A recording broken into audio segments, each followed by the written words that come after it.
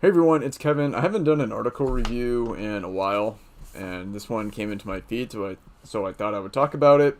Among people facing food insecurity, researchers find a hidden health issue: eating disorders. This one is by Carrie Arnold, June 2020, in the publication Stat.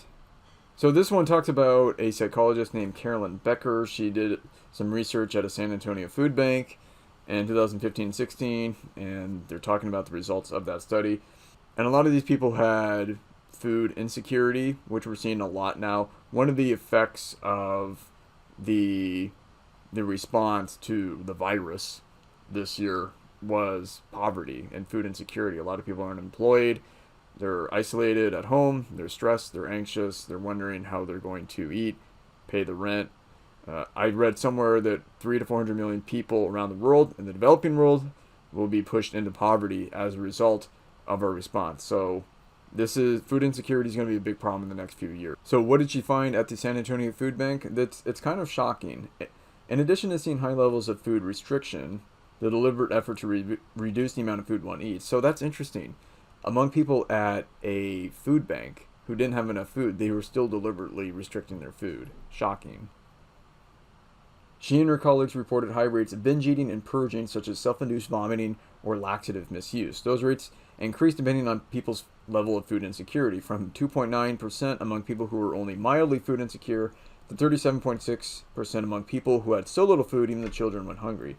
So think about this. They don't have enough food to eat, but the rates of eating disorders go up, which is incredible. And we're talking about purging here, self-induced vomiting, laxative abuse, among people who don't have enough to eat. And I think what's happening here is that you have these conflicting forces. You have this pressure from society to look a certain way, be fit and be trim, especially on women. What is happening here is that you have two conflicting forces. Society wants men and women to look a certain way, but then there's not enough food. So you have these natural forces compelling them to eat more, but then society wants them to look a certain way. And so that's why they're purging, because yes, they need to eat, but they also want to look a certain way and meet an ideal. How do I know that? Let's go to the next sentence. It wasn't just that some people experiencing food insecurity were eating more at times, which would make sense. Yes, it does. So I say that EDs, eating disorders, are a choice. They're within our control, but there comes a point where it is so essential to eat that you can't help but overconsume, binge. They find this in indigenous people too. Indigenous people who go a long time without eating, when they finally find, or when they finally get an animal, or they find honey, they gorge. They eat tremendous amounts of food. So in some ways, binge eating is natural. It's not natural in the environment that we live in. So I can't blame these people for overeating and binge eating at times, but I'm going to talk about the purging in just a minute. But they also felt guilty and ashamed for doing so. So there's that second force. There's that opposing force. They need to eat, but then society wants them to meet an ideal and expects them to have control over what they eat. And it's that shame and it's that guilt that drives them to purge. It doesn't make sense to purge when you don't have enough to eat. Why are you purging? You need those calories. Then they go into the Minnesota starvation study. I don't want to get too far. I don't want to go too deep into that study.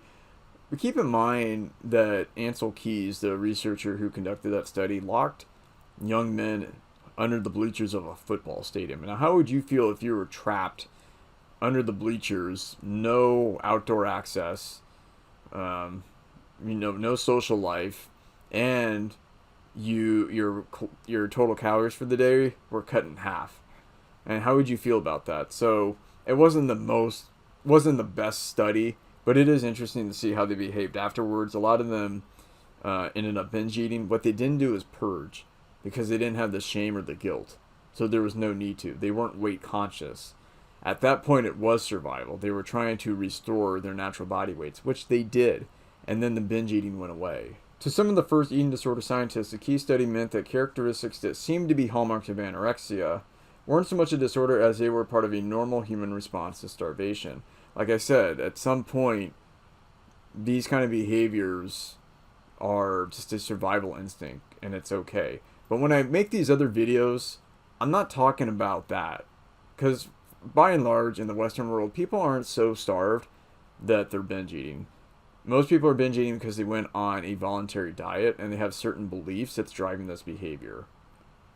Becker had a different realization. The dietary restraint imposed by food insecurity wasn't unlike the forced food restrictions imposed by the Minnesota starvation study.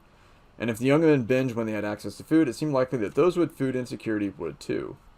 So Becker, who teaches at Trinity University in San Antonio, she collected this data on 500 individuals, and they published it in the International Journal of Eating Disorders.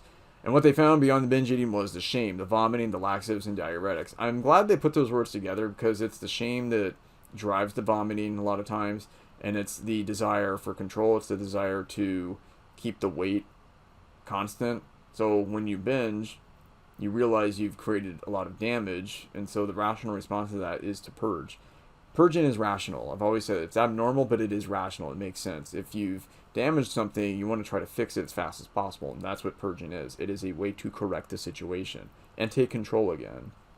But notice that the young men in the Minnesota experiment, which was done back in the 40s, it was a long time ago, they didn't binge and purge because they didn't have that shame. They didn't feel like that they needed to meet some ideal and that they needed to maintain that low body weight. Okay, so their survival instincts kicked in and they started binge eating. Eventually they stopped, and that's really important to understand. A psychologist at Yale School of Medicine, Janet Leidecker, says there is something with the psychology where the overeating isn't just the amount of food consumed. It's really that distress and that feeling that they can't stop even if they wanted to. I think that's one of the worst things about eating disorders, is that feeling that you can't stop even though you want to and you're not really in control anymore. At least it was for me. I hated that feeling.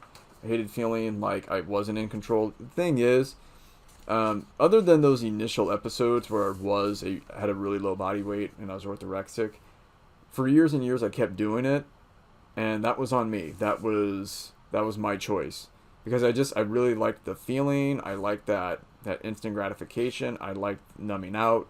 I liked the distraction, and I liked that euphoria that it created in my mind. I don't want to say I was hooked on it, but it was really appealing, and that's what made it hard to quit. In this case, what we're seeing is people who don't have reliable access to food, and so when they do get access to food, they overeat.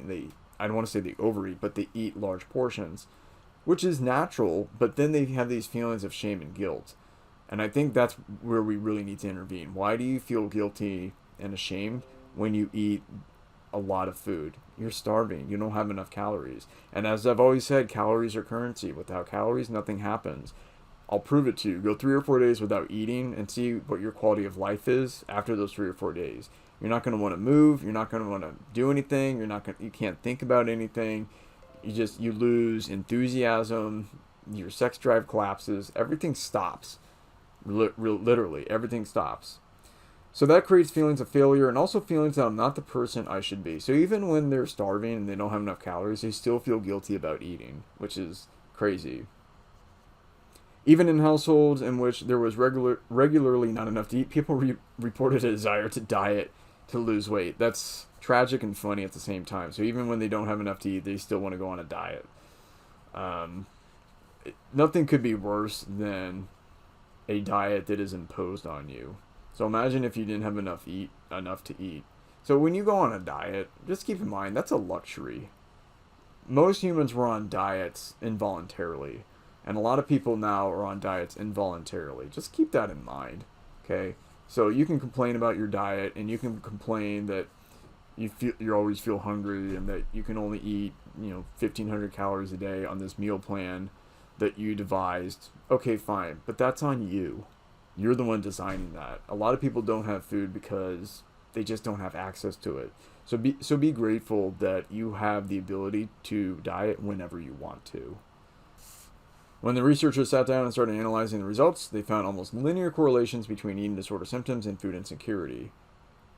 A replication study in 2019, conducted in an even larger population, found almost identical results. It was sad and beautiful at the same time. I like this quote down here from a dietitian whose last name is Singh. She says, starving yourself to lose weight was considered a disorder, which it is. But no one thought about starving yourself to ensure your family had enough to eat. Interesting. So maybe this is the new face of eating disorders. People who don't have enough food, they go days and days without it, and then when they finally get it, they binge eat, and then they don't want to gain weight, and they want to have a certain body type even when they don't have enough to eat, and that encourages them to compensate, to purge or whatever. So you have these opposing forces. It's really tragic. Although the disorder is most often associated with young, thin, white, wealthy young girls and women, others are beginning to recognize that most people struggling with eating disorders don't fit that stereotype, like me. Researchers are finding eating disorders in people from 5 to 75 and people of all shapes and sizes and in all races and ethnicities. LGBT groups have been reported to have shockingly high eating disorder rates. I wonder why that is. Instead of assuming that eating disorders are driven by internally imposed dietary restriction, which it often is, wanting to lose weight and internalized weight bias, there might be some external factors like poverty, like food insecurity. And we're going to see a lot more of this in the future.